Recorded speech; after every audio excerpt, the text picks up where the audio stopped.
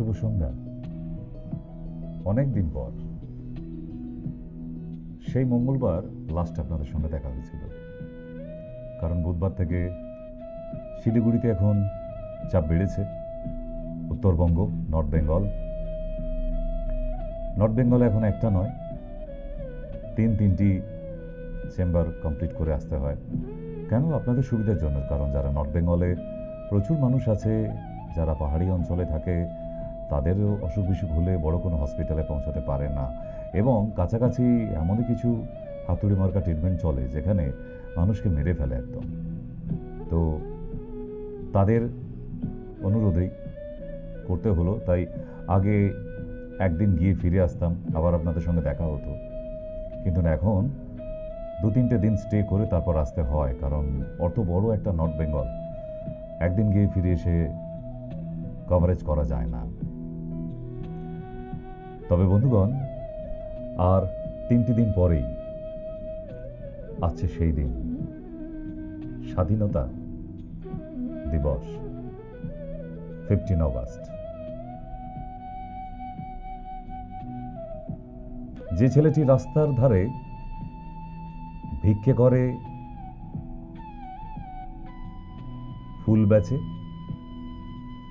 যে মেয়েটি স্কুল না গিয়ে পরের বাড়ি কাপড় কাচে, তাকে গিয়ে জিজ্ঞাসা করো স্বাধীনতার মানে কি। আমরা বলি সবাই স্বাধীনতা দিবস, এই দিন আমাদের দেশ স্বাধীন হয়েছিল। যদি স্বাধীনই হয়ে থাকে, তাহলে আজও কেন ট্রাফিক সিগন্যালে ওই ছোট্ট 8-10 বছরের বাচ্চা ছেলে মেয়েগুলিকে ভিক্ষে করতে দেখা যায়?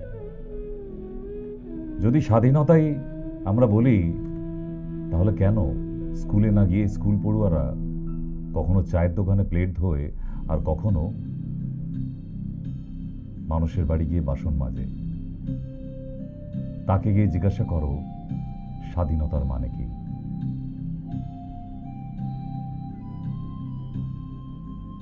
সুতরাং আমরা মুখে বলি স্বাধীন হয়েছি, স্বাধীন, যদি একটু চোখ বন্ধ করে ভাবেন, না, নামেই স্বাধীন দেশ, যেখানে কোনো মানুষেরই স্বাধীনতা নেই। যে মেয়েটি অনেক স্বপ্ন, রঙিন রঙিন ছবি এঁকে যায় বিয়ের পর শ্বশুর বাড়ি, যে মেয়েটি ভেবেছিল চাকরি করে কিনবে বাড়ি, কিনবে গাড়ি, তাকে গিয়ে জিজ্ঞাসা করো স্বাধীনতার মানে কি। সুতরাং যারা এই 4 দেওয়ালের মধ্যে বন্দী হয়ে আছে, যে ছোট্ট মেয়েগুলিকে বিয়ে দিয়ে দিয়েছেন, তাদের কত রঙিন স্বপ্নগুলিকে আমরা সাদা কালো করে দিয়েছি। এখন আর তারা স্বপ্ন দেখে না। এটাকেই যদি স্বাধীনতা বলে, তাহলে স্বাধীন। আর তাই আজকে সময় নষ্ট না, অনেক দিন পর আপনাদের কাছে আসা, আগে একটা সুন্দর প্রেজেন্টেশন, তারপর আমরা আপনাদের সঙ্গে কথাবার্তায় আসব। আমিও তো ব্যাকুল হয়ে বসে আছি আপনাদের সঙ্গে কথা বলার জন্য। কেমন ব্যাকগ্রাউন্ড দেখতে পাচ্ছেন? 15 অগস্ট,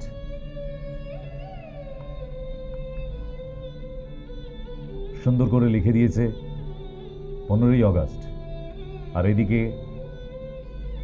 আমাদের সুন্দর সেই ভারতের পতাকা।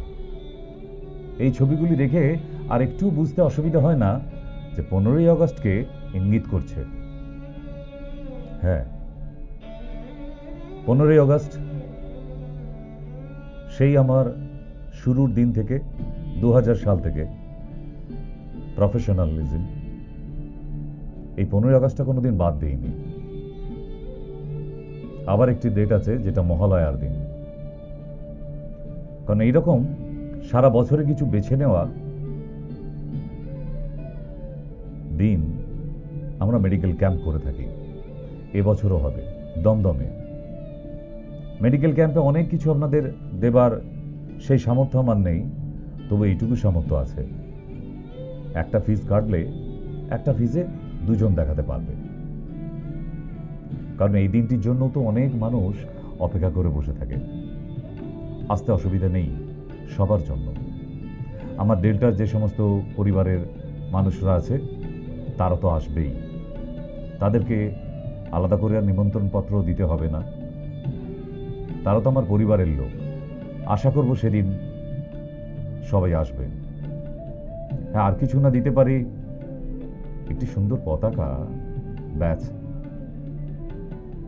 আপনার আঁচলে আটকে দিতে পারি, আপনার বুক পকেটে আটকে দিতে পারি। এটা তো অনেক বড় একটা মেলবন্ধন। চলুন অনুষ্ঠানে যাওয়া যাক। ঠিক আজকের অনুষ্ঠানও ইঙ্গিত করছে ঠিক এমনই কিছু।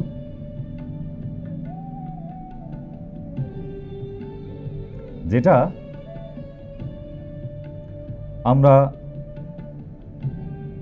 হয়তো এতদিন ভাবছিলাম যে ব্যাপার কি, ডক্টর সেন সেই গেল নর্থ বেঙ্গল, তারপরে আর কোনো দেখা সাক্ষাৎ নেই, তাই না? ঠিক, চলুন আবার আসিব ফিরে এই ধান জমির নদীর তীরে, ফিরে আসবো বারবার আপনাদের তরে। যাবার জায়গা তো কোথাও নেই, আমি তো বলেইছি যাব একেবারে, তাছাড়া ফিরে আসবো বারবার। কর্তব্য পালনে যেতে হয়। তাই আগামী যে দিনগুলি আছে, 18 তারিখ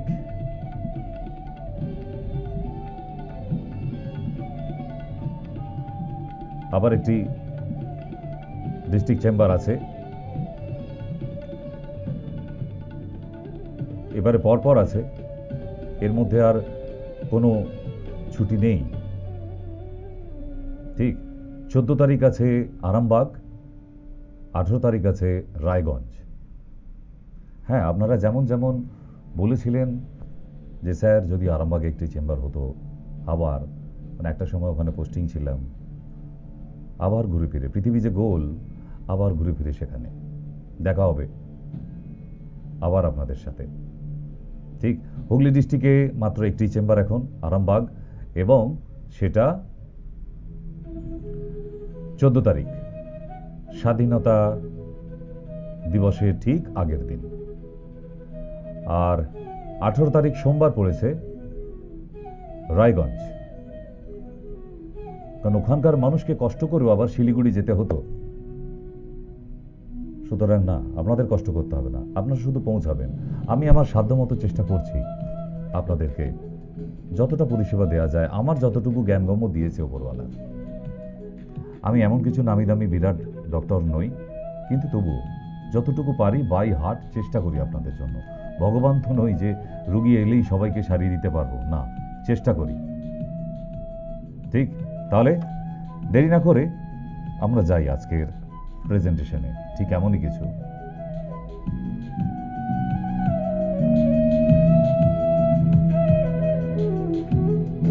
15ই আগস্ট স্বাধীন হয়েছিল দেশ। সালটা কি ছিল? 1947, 1947। আর ঠিক এই মানুষগুলোর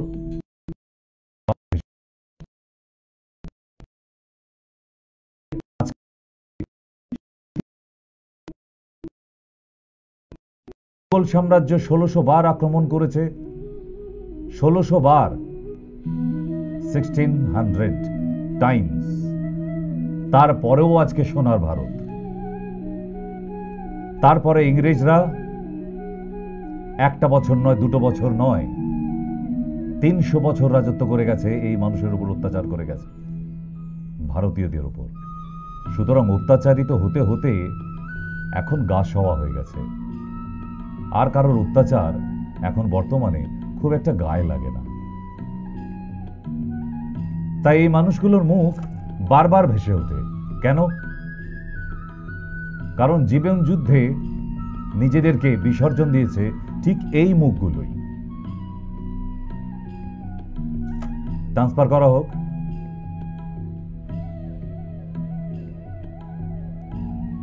এমন আরো অনেক কিছু মুখ যাদেরকে দেখে চিনতে পারছেন।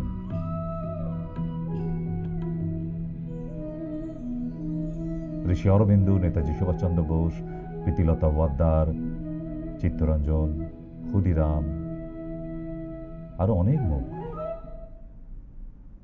শুধু এরা দেয়ালে ওই ক্যালেন্ডার হিসেবেই রয়ে গেছে। সমস্যা একটাই, আজকালকার জেনারেশন এই মুখগুলিকে দেখে নাম বলতে পারবে না।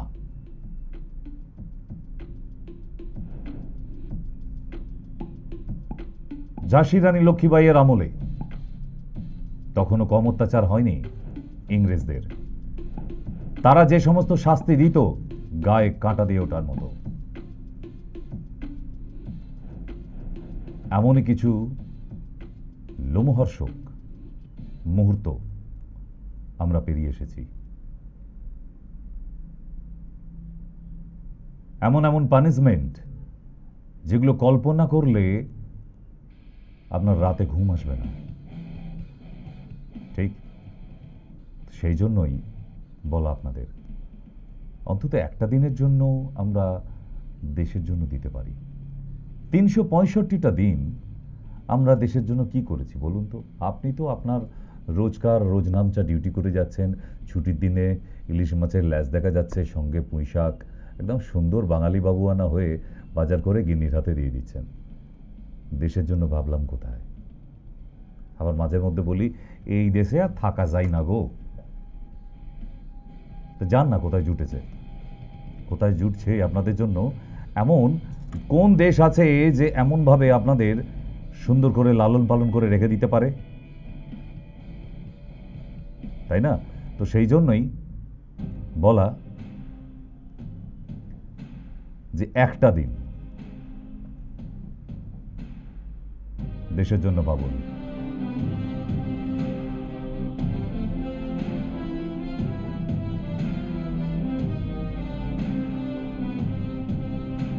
কি গায়ে কাঁটা দিয়ে উঠছে? উঠছে, অবশ্যই উঠছে। কারণ 70 দশকের 60-এর দশকে যারা টিভির পর্দার সামনে বসে আছে, তাদের তো গায়ে একটু শিউরে উঠবেই। কারণ টাটকা তাজা ঘটনাগুলি তাদের কানে, তাদের মাথাতেই রয়ে গেছে। হ্যাঁ, আমরা চোখে দেখিনি, কিন্তু এমন কিছু দূরত্বে ছিল না এই ঘটনাগুলো ঘটে যাওয়া। আর যারা আমাদের পিতামাতার বয়স্ক যারা বসে আছেন, তারা তো জানেনই যে অত্যাচার কাকে বলে।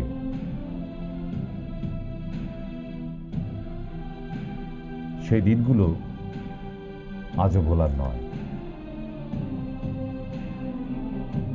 300 বছরের আমরা তো ইংরেজদের তাড়াতে পেরেছি না?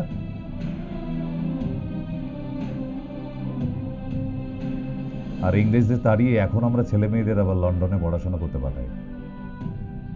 কি অবাক করা ব্যাপার না? FRCS একটা ডিগ্রি থাকতে হবে, না হলে হবে না।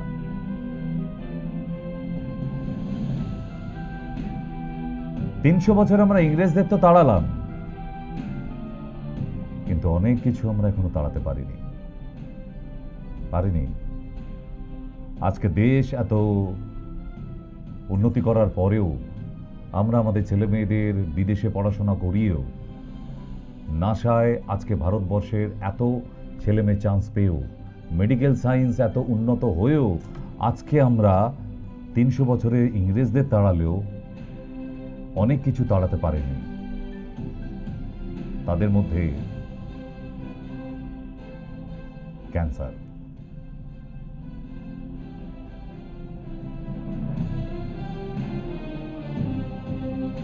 এমন একটি নাম, যে নামটি এখন অবধি মনের মধ্যে এলে গা শিউরে ওঠে। ঠিক ওই ফাঁসির দড়িটি দেখে যেরকম আপনার গা শিউরে উঠেছিল, ঠিক তেমনই এই নামটা পড়েও কিন্তু আপনার গায়ে কাঁটা দিচ্ছে না? আমি জানি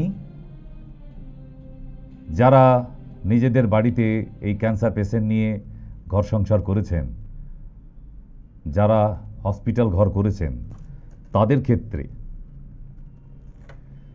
কি প্যাথেটিক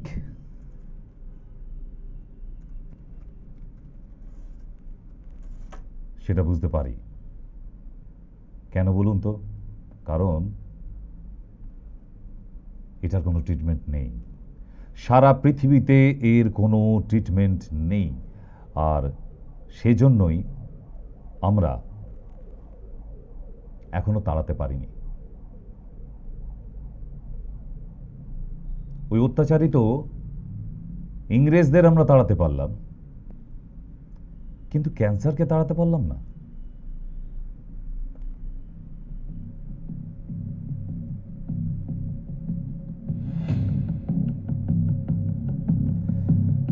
শব্দটি একটি আতঙ্কযুক্ত,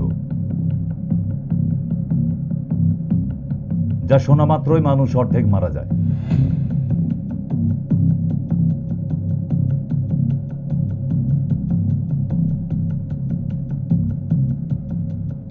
একটি সাধারণ মানুষ জানেই না তার জিভে ক্যান্সার হয়ে গেছে কখন। আর এই এমন একটা অসুখ নিয়ে বিভিন্ন ডাক্তার, বিভিন্ন হসপিটাল আজকে সুন্দরভাবে তার বিজনেস চালিয়ে যাচ্ছে। জিভটা অপারেশন করে ফেলো, কেমো দিতে হবে, রেডিও দিতে হবে, ব্যাস, তারপর পেশেন্ট সুস্থ, আরো 10-20 বছর এমনিই বেঁচে থাকবে। কয়েকটু লিখে দিন। কারণ ক্যান্সার এমন একটি মারণ রোগ, এটা সারানো যায় না। এটা আপনার শরীরের মধ্যে রয়ে যায় আজীবন। আপনি যত নিজেকে সাবধানে রাখবেন, সেটাই হলো সব থেকে বড় ট্রিটমেন্ট। ঠিক ইংরেজদের মতোই এমনভাবে শরীরে বসে যাবে যে সেখান থেকে এদের তাড়ানো বড় কঠিন হয়ে উঠবে।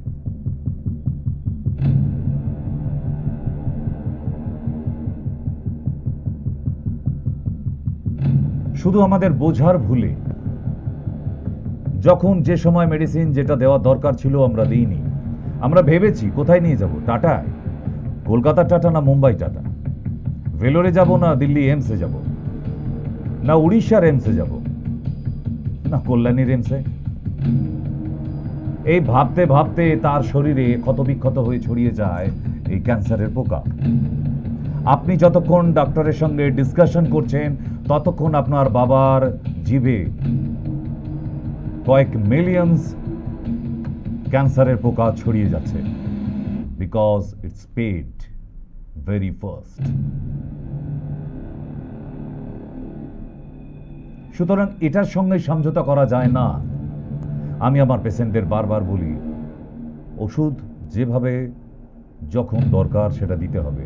আমরা যতটা এটাকে রোধ করে রাখতে পারি, স্যার সেরে যাবে না, কারণ এই পেশেন্ট সেরে ওঠার নয়। আপনাদের বারবার বুঝিয়ে দিই, হ্যাঁ, it's not curable, but it's a manageable. আপনি আপনার পেশেন্টকে যতটা ম্যানেজ করে রাখতে পারবেন, ঠিক ততটাই ভালো থাকবে। এর বাইরে আর কিচ্ছু করা যায় না। স্বয়ং ভগবানও এই রোগকে সারাতে পারবে না, পারেনি। যদি তাই বলেন, রামকৃষ্ণ পরমহংসদেব, যে জন্য আজকে রানী রাসমণি বিখ্যাত, দক্ষিণেশ্বর বিখ্যাত, যে মানুষটির জন্য, সেই রামকৃষ্ণ পরমহংসদেবের গলায় ক্যান্সার হয়েছিল। তিনি কিন্তু সাধারণ মানুষ নয়, ভগবানের অবতার ছিলেন। ভগবানের অবতার হয়েও তার নিজের ক্যান্সার সারাতে পারেনি, তাকে মৃত্যুবরণ করতে হয়েছিল। তাহলে এরপরে আপনি ডক্টরদের কথায় কোথায় বিশ্বাস করছেন? তার উপরে কোন ভগবান ডাক্তার হয়ে এসেছে? পৃথিবীর কোনো ডাক্তারই ক্যান্সারকে কিওর করে দেবার মতো নেই। হ্যাঁ, ঠিক সময়, সঠিক সময় যদি আপনি ডক্টরের কাছে পৌঁছান, ইন দ্য ফার্স্ট স্টেজ, সবে আলসারাইজেশন শুরু হয়েছে, সেই জায়গায় যদি পৌঁছানো যেতে পারে, আপনি থাকছেন, আপনি থেকে গেলেন। Otherwise no chance. পৃথিবীর কোনো ডক্টরের দ্বারা সম্ভব নয়। Doctors only can manage, doctors can not cure. আপনারা যদি জোর করে বলেন না কিওর করে দিতেই হবে স্যার, স্যার যত টাকা লাগে, সম্ভব নয়। লাখ লাখ কেন, ক্রোর। তাহলে কি ক্যান্সার পেশেন্ট বেঁচে নেই? অনেক ক্যান্সার পেশেন্ট, হাজার হাজার লক্ষ লক্ষ ক্যান্সার পেশেন্ট বেঁচে আছে। তারা সঠিক সময় চিকিৎসাটা শুরু করে দিয়েছিল। আপনাদের মতো বসে বসে ভাবেনি, কারণ এটা পার সেকেন্ডে কয়েক মিলিয়ন্স কার্সিনোজেন ভাইরাস ছড়িয়ে যায়। ঠিক এমনই একটি মানুষ ছিল ক্যান্সারে আক্রান্ত। অ্যালোপ্যাথি ডক্টরের কাছে যাবার পর তাকে সুন্দর করে মার্কিং করে তার বাড়ির লোককে বুঝিয়ে সুঝিয়ে তাকে অপারেশন করে স্টিচ করে দেওয়া হলো। তারপরে দেখা গেল তার মুখের ভেতর আবার সেই জায়গা থেকে রিল্যাপস করছে, এবং এই প্যালেটের জায়গা থেকে আবার জিভের মধ্যে চলে এসেছে। কি করবেন? কি করবেন? আর কোনো উপায়? কারণ অপারেশন তো একবার হয়ে গেছে। আপনি 10 বার 100 বার অপারেশন করলেও পেশেন্টকে আর ফিরিয়ে আনতে পারবেন না, জায়গা নেই। কারণ cancer patient it's a auto immuno disorder.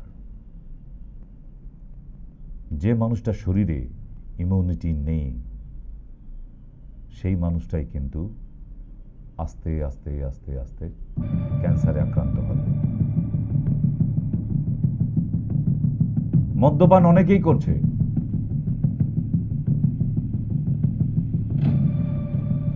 Cancer is genetically কোথাও প্রুভ করতে পারেনি, কিন্তু অনেক সময় আবার দেখা গেছে, আমি দেখেছি দাদার হয়েছে, বোনের হয়েছে, মার ছিল, ধরে নিয়েছে। সেই দেখে ছোট ভাই ভয় পাচ্ছে, ফ্যামিলি ট্র্যাডিশন। কিন্তু এটা depend on immunity. Cancer genetically নয়, ইমিউনিটি ডিসঅর্ডার জেনেটিক্যালি। বাবা মার মধ্যে যদি ইমিউনিটি ডিসঅর্ডার কারো থাকে, তার ছেলে মেয়েদের মধ্যে কারো না কারো তো ইমিউনিটি ডিসঅর্ডার হবে, মানে ইমিউনিটি লো, নেই ইমিউনিটি, সেই মানুষটার ক্যান্সার ধরে নেবে। দুই ভাই, একজনের ইমিউনিটি আছে, একজনের ইমিউনিটি নেই।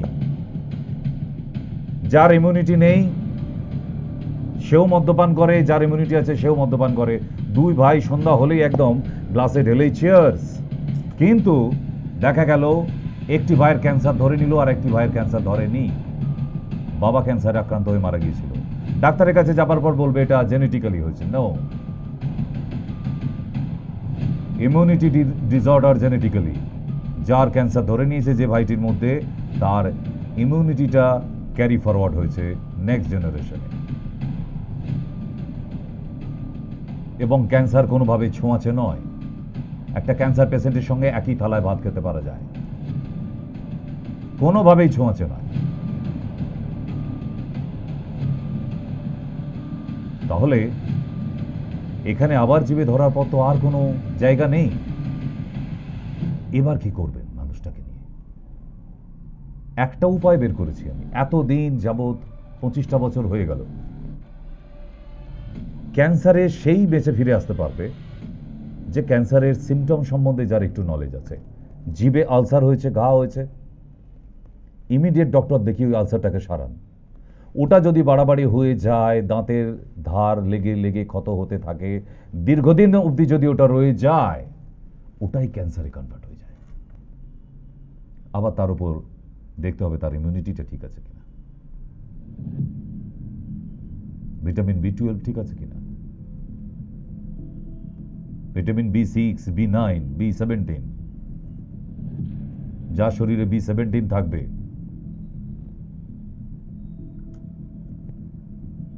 তার ক্যান্সার হতেই পারে না।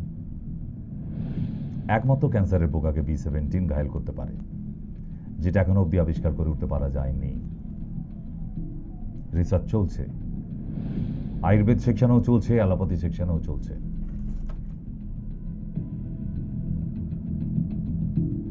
তাহলে আমাদের সবার আগে প্রয়োজন কি? Know the symptoms. Keep the knowledge about symptoms for cancer. কি কি ধরনের লক্ষণ শরীরে দেখা গেলে ইমিডিয়েট ডক্টরের কাছে যাওয়া প্রয়োজন আছে, নাহলে ক্যান্সার হয়ে যেতে পারে। সেই ধরনের সিমটমগুলো আপনাদের জানা, আমাদের জানা ভীষণভাবে প্রয়োজন, যেটা আজ অব্দি কোনো ম্যাগাজিনে হোক বা টিভির প্রোগ্রামে হোক বা কোনো অনুষ্ঠানে হোক আনুষ্ঠানিকভাবে মানুষের কাছে কোনো প্রচার নেই। যেটা জানলে মানুষ অনেকটা সাবধান হয়ে যেতে পারত। Yes, I will show you. So friends, minutely watch it. আমি সামান্য কিছু, আরও আছে, এর তো শেষ নেই। 100 ওভার টাইপস। আমরা তো 10-12 রকমের ক্যান্সার জানি, 110-এরও বেশি টাইপের ক্যান্সার আছে। বুঝতে পারছেন? তাহলে আমরা এই নগণ্য মানুষ কোথায় কোথায় খুঁজে বেড়াবো আমার ক্যান্সার হলো কিনা?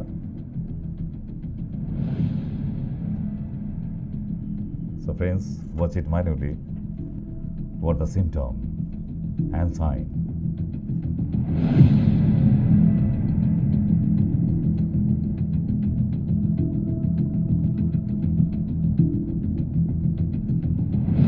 ক্যান্সার হয়ে গেছে, আতঙ্কে মারা যাচ্ছি আমরা। ডাক্তার একবার বলে দিয়েছে আপনার মার ক্যান্সার, আপনার বাবার ক্যান্সার, আপনি বাঁচাতে পারবেন না, স্টেজ 4 নাও, পুরো আশা শেষ। তাহলে স্যার, তাহলে আর কি, যতক্ষণ আমরা বাঁচিয়ে রাখতে পারি। আপনারা এটা কখনোই ভাববেন না বিরাট বড় কোনো ইনস্টিটিউশন হসপিটালে গেলেন, আপনি আপনার বাড়ির লোকটিকে, বাড়ির মানুষটিকে সুস্থ করে ফিরিয়ে নিয়ে আসবেন। নেভার। এমন কোনো ভগবান স্বরূপ ডাক্তার জন্মায়নি, সে যতই ডিগ্রি নিয়ে বসে থাকুক, পসিবল না। সো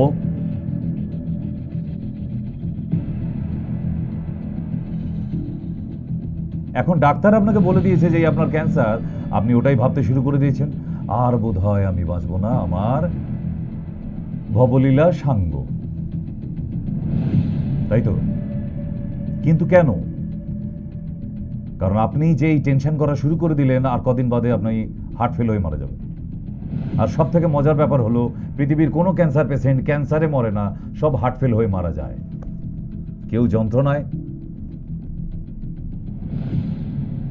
কেউ কষ্টে, কেউ খেতে না পেরে, কারোর পটি আটকে গিয়ে অবস্ট্রাকশন ইন স্টুল অর ইউরিন। ঠিক এমনি ভাবেই কারোর না কারোর, প্রতিটা রোগীরই হার্টটা ফেল হয়ে যায়।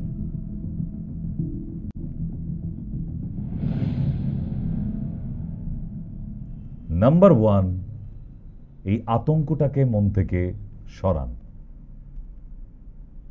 3rd স্টেজ 4th স্টেজে চলে যাওয়ার পর মাথায় নিয়ে নিন বাঁচাতে পারবো না বা বাঁচবো না, কিন্তু তবুও ঠিক ঠিক উপায় মেনে চললে আরো কিছুদিন বেশি বাঁচতে পারি।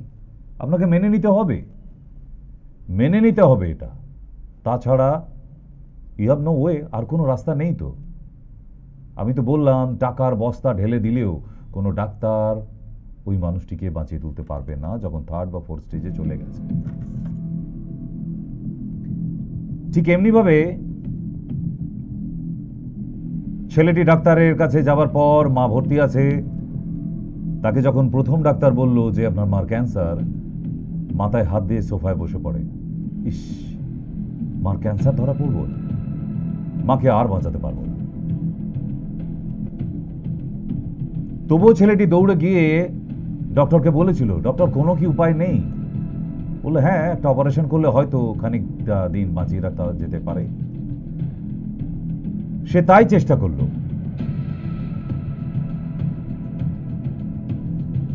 All kind of arrangement for operation, সব ব্যবস্থা করা হলো, তার মায়ের অপারেশনও হলো। বাড়ির সবাই ভাবলো যাক একটু দাগ থাকবে, কিন্তু মানুষটা তো বাঁচবে। কিন্তু 1 মাস, 2 মাস, 3 মাস যাবার পরেই আবার স্প্রেড করতে শুরু করলো, মুখ দিয়ে লাল পড়তে থাকলো, মাউথ ক্যান্সার ছিল, গামস মাড়িতে, ওটা অপারেশন হয়ে গেছিল। সাবম্যান্ডিবুলার গ্ল্যান্ডে।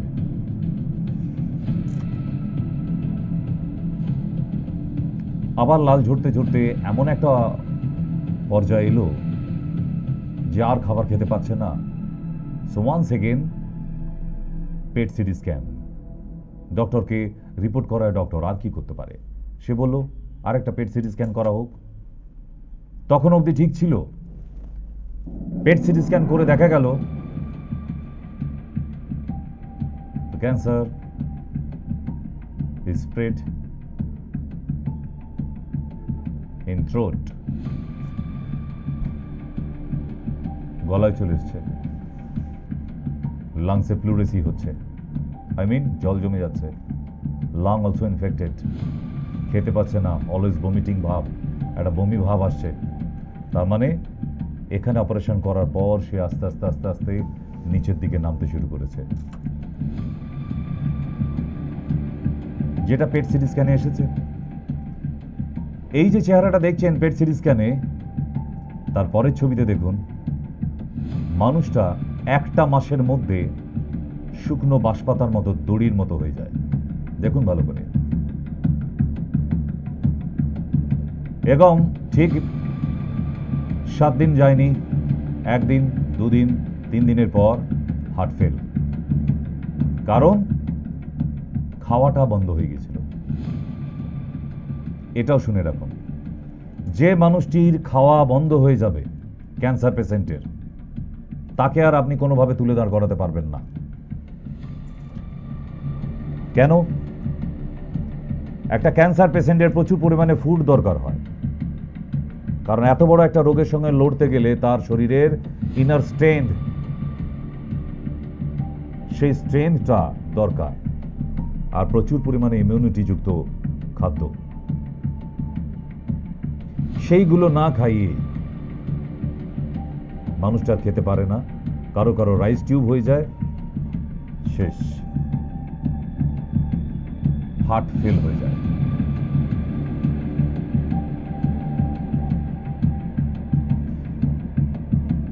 তাহলে এত কষ্ট করে সবকিছু করে সব গল্প শেষ, তাই তো? এবার গল্পটা কি জানেন? পেশেন্ট তো ক্যান্সার নিয়ে চলে গেল, সে তো আপনিও জানতেন, পেশেন্ট নিজেও বুঝে গিয়েছিল যে আমার আর সময় নেই, আমায় চলে যেতে হবে। সমস্যা হলো ওই পেশেন্টকে আপ্রাণ চেষ্টা করতে গিয়ে আপনার নিজের বাড়িটি বিক্রি করেছেন অথবা বন্ধক দিয়েছেন, আপনার গয়নাগাটি ব্যাংকে যা টাকা কড়ি ছিল সব তুলে এনে খরচা করেছেন। কেন?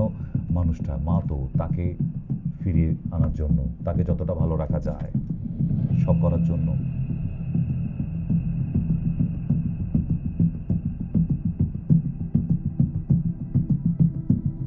এরপরেও মানুষটাকে রাখতে না পেরে অবশেষে গোটা পরিবার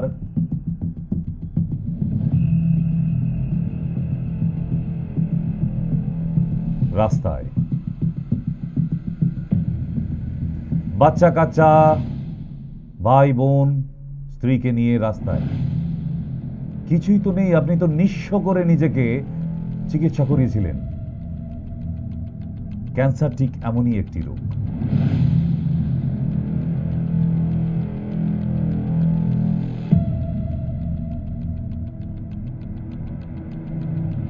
যাদের ধারণা ছিল না তারা হয়তো বুঝতেন না ক্যান্সার, ও তো ডাক্তার দেখালে সেরে যায়, টাটা মেমোরিয়াল আছে না, হয়নি তো তাই।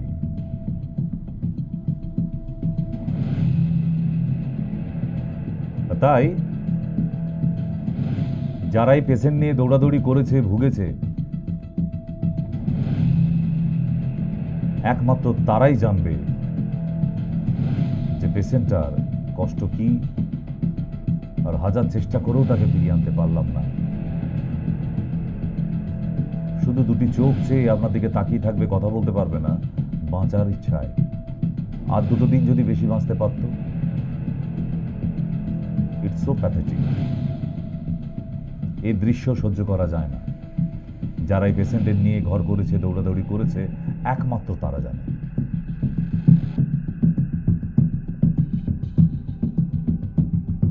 তাই সিমটমগুলো মনে রাখুন, যেটা আপনাদের প্রয়োজনে আসবে। যদি এই রকম সিমটম দেখেন, immediate try to contact your any nearest doctor or oncologist. Clear?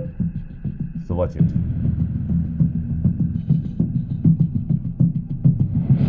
প্রচন্ড নিঃশ্বাসের কষ্ট হচ্ছে এবং বুকের হাড়পাঁজর ঠিক এমনিভাবে বেরিয়ে এসেছে।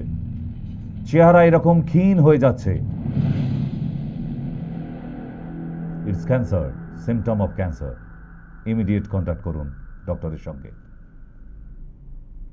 হঠাৎ করে যদি দেখেন আপনার প্রতিদিন 100 থেকে 150 গ্রাম করে ওজন কমে যাচ্ছে, ভয়ের লক্ষণ, ক্যান্সারের লক্ষণ। অবশ্যই জিনিসগুলো মাথায় রাখুন।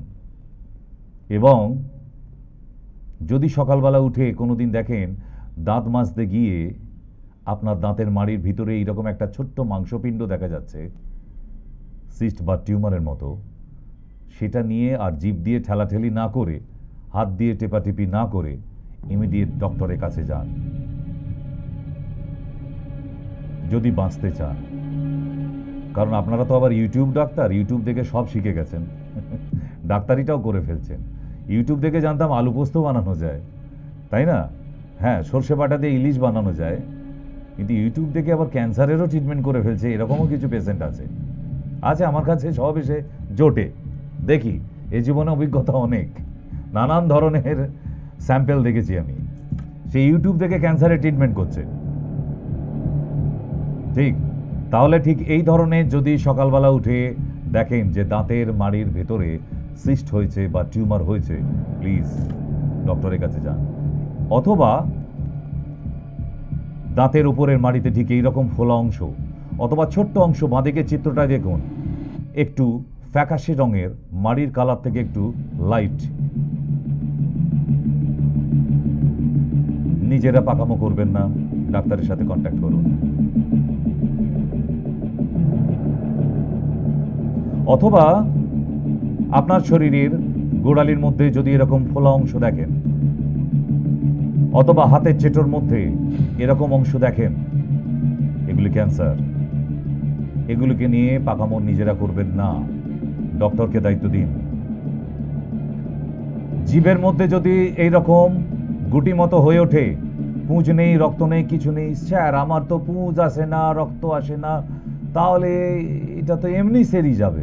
ব্যাস, নাও, সে ইউটিউব ঘেঁটে দেখে ফেলেছে। ইউটিউব ডাক্তার আপনাকে সিমটম দিচ্ছি তো যেগুলো ক্যান্সার। সব জিনিস আর ইউটিউব দেখে শেখা যায় না, কারণ ওগুলো যারা ইউটিউব বানিয়েছে, দে আর নট ডক্টরস। তারা ভিউয়ার্স পাবার জন্য, আপনাদের চিন্তাভাবনাকে বিক্ষিপ্ত করে দেবার জন্য এরকম অনেক ইউটিউবার আছে যারা আপনাদেরকে দিকভ্রষ্ট করে দেবে। আছে তো। হ্যাঁ, আপনি সেই ইউটিউব দেখুন যে ইউটিউবগুলো কোনো ডক্টর বানিয়েছে, কোনো ডক্টর মতামত দিচ্ছে, তাছাড়া নয়। নাহলে ভুগবেন, খুব কঠিন মরণ আসবে জীবনে। ঠিক, তাহলে জীবনে বাঁচতে গেলে অনেক কিছু মেনে চলতে হয়, বিশেষ করে সুস্থভাবে বাঁচতে গেলে। আর জীবের মধ্যে যদি এইরকম অবস্থা দেখেন, প্লিজ আবার বলছি, পাকামো করবেন না। নেক্সট সিমটম কি? নেক্সট সিমটম হচ্ছে হঠাৎ করে রক্ত কমে যাওয়া। যদি দেখেন আপনার হুট করে হিমোগ্লোবিন অনেক ডাউন হয়ে গেছে, তাহলে আপনি ভাবছেন ও তো অ্যানিমিয়া, সেরে যেতে পারে। আপনি 4 বোতল রক্ত দিয়ে আবার বাড়ি চলে এলেন। নো, ওটা আইটিপিও হতে পারে, ওটা ব্লাড ক্যান্সারও হতে পারে, থ্যালাসেমিয়াও হতে পারে, থ্যালাসেমিয়া ক্যারিয়ারও হতে পারে, অ্যান্ড ক্যান্সারও হতে পারে। হঠাৎ করে হিমোগ্লোবিন কমে যাওয়া, it's not good symptom. Anaemia.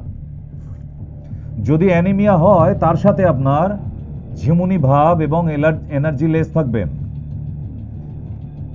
Heartbeat অনেক দ্রুত চলতে থাকবে যদি অ্যানিমিয়া হয়, শ্বাসকষ্ট খুব জোরে জোরে হবে, মাথার যন্ত্রণা হবে, মাথা ঘুরতে থাকবে। তাহলে অ্যানিমিয়া হলে কি কি হবে আমি দেখিয়ে দিলাম। তাহলে রক্ত কমে যাওয়ার সাথে আপনি মিলিয়ে নিতে পারবেন যদি আপনার অ্যানিমিয়া টেন্ডেন্সি থেকে হিমোগ্লোবিন ডাউন হয়। মাথা ঘুরতে থাকবে, মাথা যন্ত্রণা হবে, ভমিটিং টেন্ডেন্সি, খাবার ইচ্ছা চলে যাবে এবং ঝিমুনি ভাব, সবসময় মনে হবে গিয়ে শুয়ে পড়ি।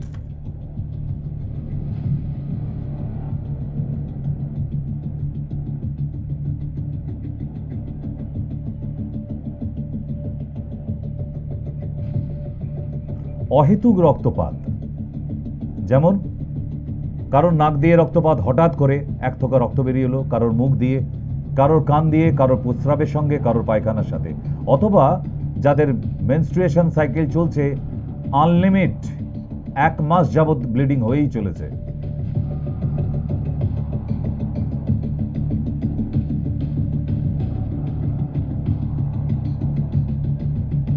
ভালো নয়, ক্যান্সারের লক্ষণ হতে পারে। ইউটেরাস ক্যান্সার, সার্ভিক্স ক্যান্সার, আর ভেতরে ইন্টারনাল কোনো হ্যামারেজ হতে পারে। এইগুলোই তো সিমটম। এগুলো হলে আপনারা আর দাঁড়ান দাঁড়ান গুগল থেকে ঘেঁটে দেখি এটাকে কি বলে। আপনাকে কে দেখতে বলেছে? You R doctor. সো একটা মানুষের জীবন এইভাবে খেলা উচিত নয়। আপনি গুগল খেলছেন, তার ইউরিনের সাথে ব্লিডিং হচ্ছে, আপনি গুগল নিয়ে খেলা করছেন, এটাকে কি বলে?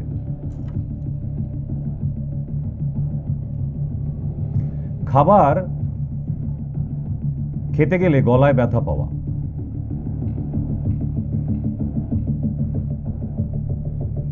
আপনি সাধারণভাবে খাবার খেতে পাচ্ছেন না, মনে হচ্ছে গলায় একটা কোনো বাম্পারের মতো কিছু আছে, আটকাচ্ছে, ওটা পার হতে পারছে না খাবারের টুকরোটা, যান ডক্টরের কাছে যান, ব্যাপারটা ভালো নয়। এবং ব্যথা পাচ্ছেন মানে এটা ক্যান্সারাস হবার 90% চান্স আছে। And nextly,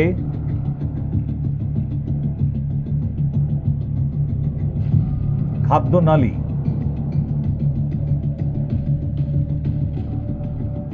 ইয়েসোফেগাসের মধ্যে যে কোনো জায়গায় টিউমারস হতে পারে।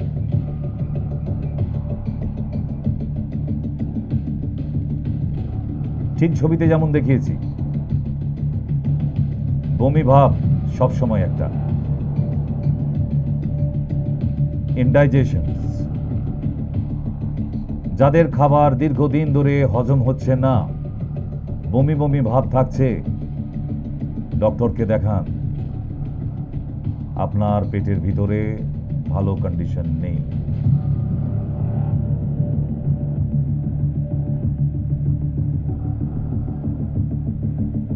দীর্ঘদিন ধরে যাদের হজম হচ্ছে না, অ্যান্টাসিড খাচ্ছেন, এই দীর্ঘদিন অ্যান্টাসিড খেতে খেতে খেতে খেতে প্রথমে আলসার হবে, তারপর ক্যান্সার হবে, হবেই। আপনি ভাবছেন স্যার আমি অনেক দামি অ্যান্টাসিড খাই, তো আরো দামি ক্যান্সার হবে আপনার। ঠিক, আপনি যত দামি অ্যান্টাসিড খাবেন তত দামি ক্যান্সার হবে, তাড়াতাড়ি চলে যাবেন। So stop your antacid. এই অ্যান্টাসিড ব্যাপারটা অনেকদিন থেকেই বলছি, আপনারা মাথায় নিচ্ছেন কি আমি জানি না। সেন্ট্রাল গভর্নমেন্ট থেকে এরকম দামি দামি অনেক অ্যান্টাসিডকে সব ছবি করে দিয়েছে, খেতে পারবেন না, শুধু দেখতে পারবেন। নিষেধাজ্ঞা জারি করে দেওয়া হয়েছে, আই মিন ব্যান। তাহলে কেন আপনারা কেন খাচ্ছেন? আরেকটা ব্যাপার, জন্ডিস, যাদের bilirubin too high, CLD, chronic liver disease, also বলতে পারি লিভার সিরোসিস, 21, 22, 23, 24 চলে গেছে আপনার বিলিরুবিন। এমআরসিপি করলে কিছুটা কমবে, কিন্তু বেশি দামি অ্যান্টিবায়োটিক দিলেই কিন্তু চলে যাবে।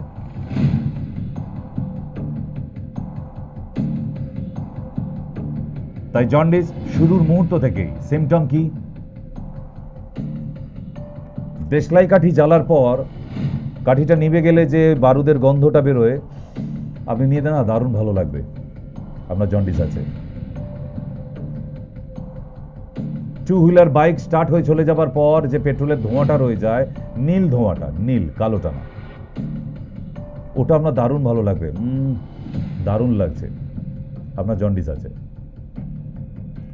শুকনো মাঠে উঠোনের ওপর বৃষ্টি পড়ার পর মাটির যে সোঁদা গন্ধ, সেটা যার ভালো লাগবে তার জন্ডিস আছে।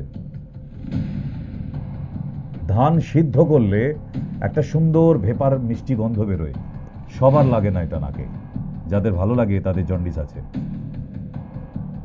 একটা সময় জন্ডিস কাটিয়ে এসেছেন, জন্ডিস কখনো যায় না, রয়ে যায় সুপ্ত অবস্থায়, তাদের ভালো লাগবে।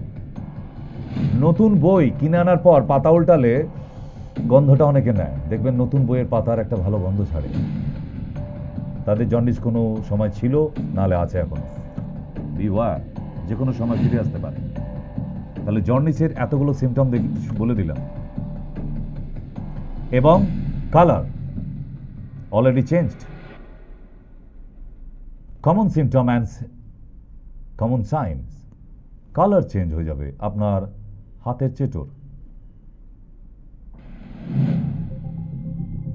ডার্ক ইউরিন,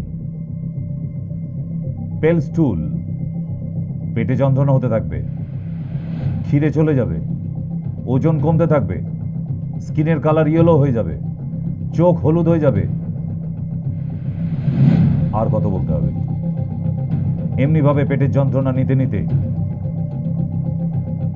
একটা সময় দেখবেন আপনার পেটের জন্য, যখন সিটি স্ক্যান করালেন, আগে করাননি, এই ডাক্তার ওই ডাক্তার, হাতুড়ি থেকে চেনি হাতুড়ি, অনেক ডাক্তার আপনাদের পাড়ায় আছে, এইসব করতে করতে যখন ভালো ডাক্তারের কাছে পৌঁছাবেন, তখন তিনি বলবেন সিটি স্ক্যানটা আগে করুন। সিটি স্ক্যানটা করার পর পর্দা ফাঁস। সেটা শুধু জন্ডিস ছিল না, adenocarcinoma, stomach cancer.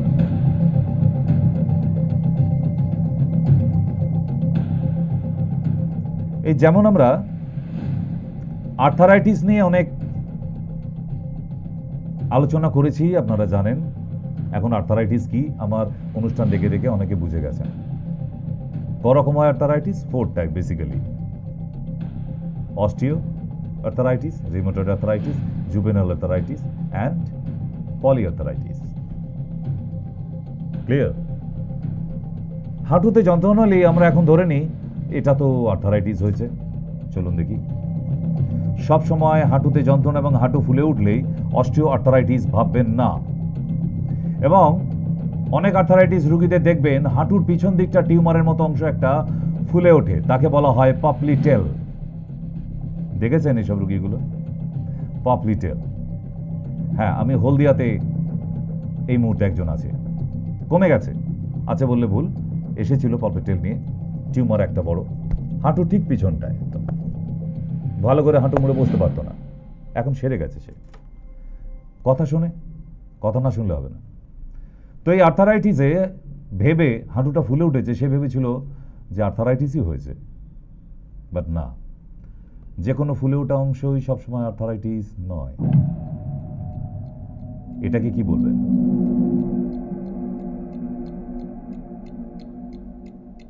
Do you know? It is also cancer. এই ক্যান্সারটির নাম আপনারা শোনেননি অন্তত 99% মানুষ। This is osteosarcoma.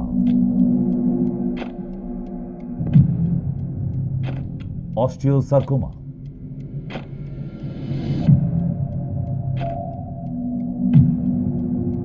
ভাবতে পাচ্ছেন কি সাংঘাতিক?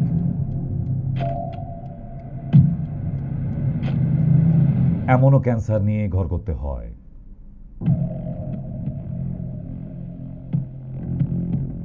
তাই আপনাদের বলে রাখা, এগুলো দেখানোর মানে কি? ভয় দেখানো? নো, আমি বলেছি কি, সিমটম চিনে রাখুন। আপনাকে চিনতে হবে, আপনাকে জানতে হবে। আপনি যদি নিজে চিনতে পারেন, নিজে ফিল করতে পারেন যে আপনার এরকম ধরনের সিমটম হচ্ছে এবং ইমিডিয়েট ডক্টরের কাছে যান, আপনি তাহলে আপনার জানটা নিয়ে ফিরে আসতে পারবেন। আপনি থেকে যাবেন, আপনাকে বিনা টিকিটে চলে যেতে হবে না।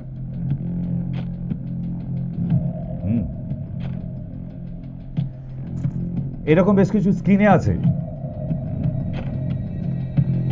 বেসাল সেল কার্সিনোমা, এটা একটা cancer. Melanoma, it's also cancer. Keratosis, solar keratosis স্কিনের মধ্যে হয়। And squamous cell carcinoma.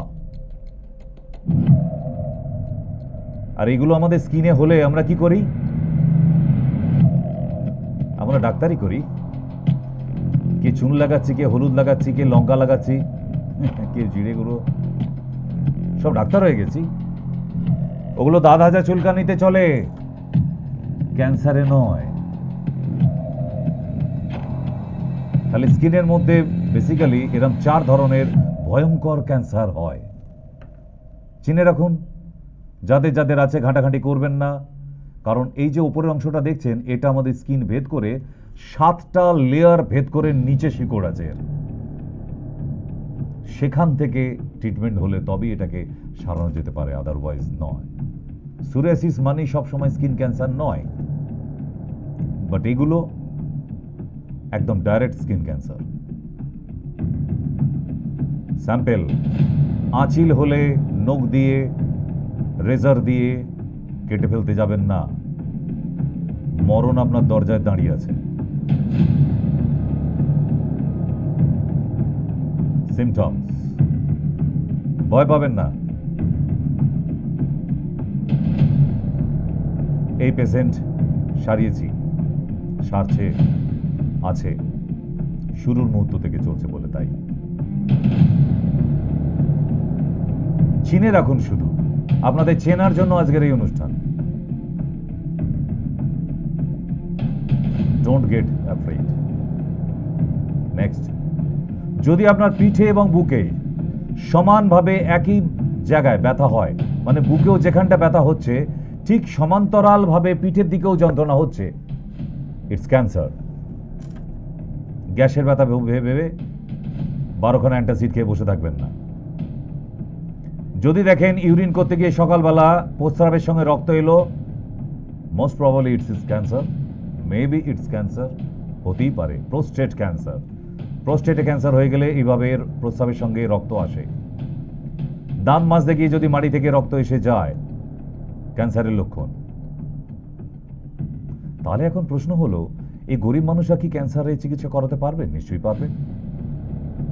তাদের জন্য তো সরকার হসপিটাল করে দিয়েছে। বাড়িতে জড়কার্তিক হয়ে বসে থাকবেন না। কিডনির প্রবলেম হলে ডক্টরের সঙ্গে যোগাযোগ করুন।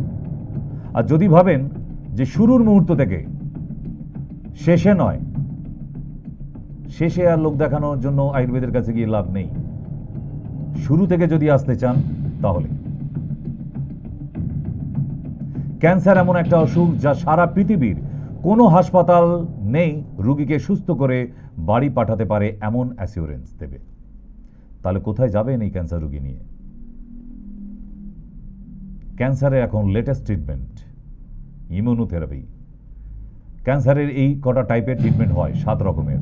1 হচ্ছে সার্জারি, অপারেশন করতে পারেন। 2 রেডিয়েশন দিতে পারেন। 3 কেমোথেরাপি দিতে পারেন। আর 4 স্টেম সেল থেরাপি দিতে পারেন। 5 টার্গেটেড থেরাপি হতে পারে। 6 হরমোন থেরাপি হতে পারে। 7 নম্বরে সবার উপরে যেটাকে বলা হয় ইমিউনোথেরাপি, যেটা আমাদের আয়ুর্বেদে সব থেকে লেটেস্ট এখন করা হয়ে থাকে। যদি এটা শুরুর মুহূর্ত থেকে এই থেরাপিটা দেওয়া যায়, তাহলে কিন্তু পেশেন্ট দীর্ঘ বছর বাঁচানো যেতে পারে, নাহলে সম্ভব নয়। আপনাকে স্টেজটা বুঝতে হবে, আপনি কোন স্টেজে এসেছেন। ডাক্তারবাবু প্রথম থেকে তো, আরে প্রথম কি, আপনি বাড়িতে বসে বসে তো 4 করে ফেলেছেন। এখন তো 4 না, এখন 7 স্টেজ দেখাচ্ছে। So the most important treatment now, immunotherapy. The herbal immunotherapy. Can Ayurveda treat cancer? Obviously, 100%. তাহলে ফ্রেন্ডস ফিরে আসি এবার